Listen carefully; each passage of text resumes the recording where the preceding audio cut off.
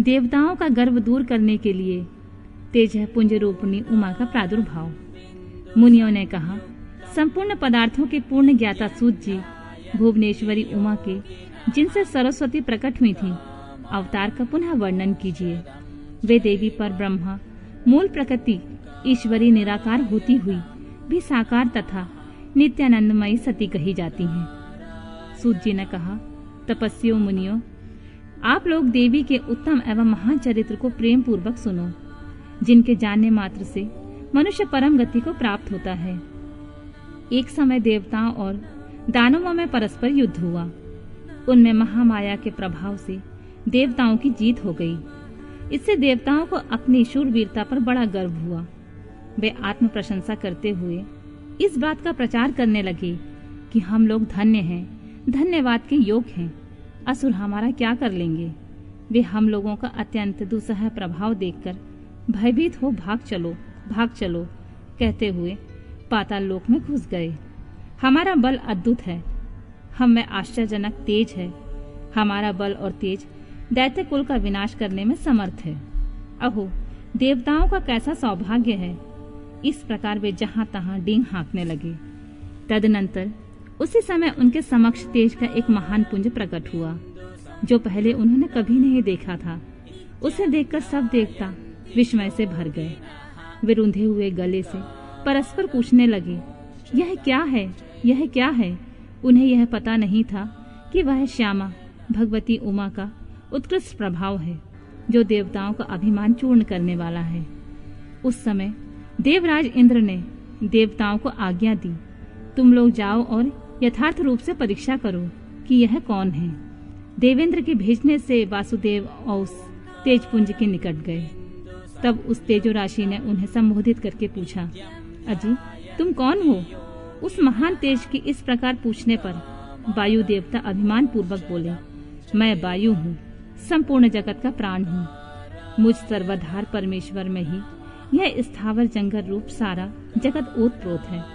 मैं ही समस्त विश्व का संचालन करता हूँ।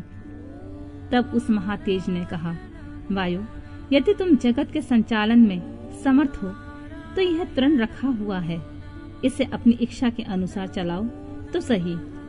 तब वायु देवता ने सभी उपाय करके अपनी सारी शक्ति लगा दी, परंतु वह तिनका अपने स्थान से तिल भर भी ना हटा। इससे वायुदेव लज्जित हो गए। वे चुप हो इंद्र की सभा में लौट गए और अपनी पराजय के साथ वहां का सारा वृतांत उन्होंने सुनाया। वे बोले, देवेंद्र, हम लोग झूठे ही अपने को सर्वेश्वर होने का अभिमान रखते हैं, क्योंकि किसी छोटी सी वस्तु का भी हम कुछ नहीं कर सकते। तब इंद्र ने बारी बारी से समस्त देवताओं को भेजा। जब वे उसे जानने में समर्थ न हो सके, तब इंद्र स्वयं गए। इंद्र को आते देख वह अत्यंत दुस्सह तेज तत्काल अदृश्य हो गया। इससे इंद्र बड़े विस्मित हुए और मन ही मन बोले, जिसका ऐसा चरित्र है उसी सर्वेश्वर की मैं शरण लेता हूँ। सहस्र नेत्रधारी इंद्र बारंबार इसी भाव का चिंतन करने लगे। इसी समय निश्चल करुणामय शरीर धारण करने वाली सच्चिदानंद स्वरूपिणी शिव प्रिया उमा उन देवताओं पर दया करने और उनका गर्व हरने के लिए चैत्र शुक्ल नवमी को दोपहर में वहां प्रकट हुई। वे उस तेज पुंज के बीच में विराज रही थीं। अपनी कांति से दसों दिशाओं को प्रकाशित कर रही थीं और समस्त देवताओं को सुस्पष्ट रूप से यह जता रही थीं कि मैं साक्षात परब्रह्मा परमात्मा ही हूँ। ये चारों हाथों में क्रमशः वर, पाश, अंकुश और अभय धारण किए हुए थीं। श्रुतियां साकार होकर उनकी सेवा करती थीं। वे बड़ी रमणीय दिखती थीं तथा अपने नूतन यौवन पर उन्हें बड़ा गर्व था। वे लाल रंग की साड़ी पहने हुए थीं। लाल फूलों की माला तथा लाल चंदन से उनका श्रृंगार किया गया था। वे कोटि कोटि कंदर्पों के समान मनोहारिणी तथा करोड़ों चंद्रमा के समान चटकीली चांदनी से सुशोभित थीं। सबकी अंतर्यामिनी, समस्त भूतों की साक्षिणी तथा पर ब्रह्मा रूपिणी उन महामाया ने इस प्रकार कहा, मैं ही पर ब्रह्मा परमात्मा ज्योति प्रणव रूपिणी तथा युगल रूप धारणी हूँ। मैं ही सब कुछ हूँ। मुझ में भिन्न कोई पदार्थ नहीं है। मैं निराकार होकर भी साकार हूँ। सर्व तत्व रूपिणी हूँ। मेरे गुण अतर्क हैं। मैं नित्य स्वरूपा तथा कार्य कारण रूपनी हूँ। मैं ही कभी प्राण वल्लभा का आकार धारण करती हूँ और कभी प्राण वल्लभ पुरुष का, कभी स्त्री और पुरुष दोनों रूपों में एक साथ प्रकट होती हूँ। यही मेरा अर्धनारीश्वर रूप है। मैं सर्वरूपणी ईश्वरी हूँ। मैं ही सृष्टिकर्ता ब्रह्मा और मैं ही जगत पालक विष्णु हूँ तथा मैं ही संहारकर्ता रुद्र हूँ। संपूर्ण विश्व को मोह में डालने वाली महामाया मैं ही हूँ। काली, लक्ष्मी और सरस्वती आदि संपूर्ण शक्तियाँ तथा ये सकल कलाएं मेरे अंश से ही प्रकट हुई हैं। मेरे ही प्रभाव से तुम लोगों ने संपूर्ण दैत्यों पर विजय पाई है। मुझ सर्व विजयिनी को ना जानकर तुम लोग व्यर्थ ही अपने को सर्वेश्वर मान रहे हो।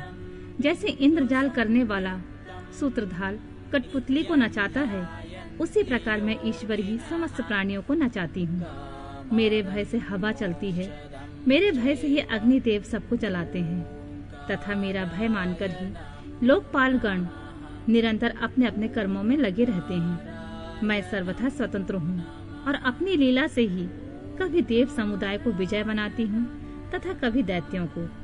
माया से परे जिस अविनाशी परमात्मा धाम का श्रुतियां वर्णन करती हैं, वह मेरा ही रूप है।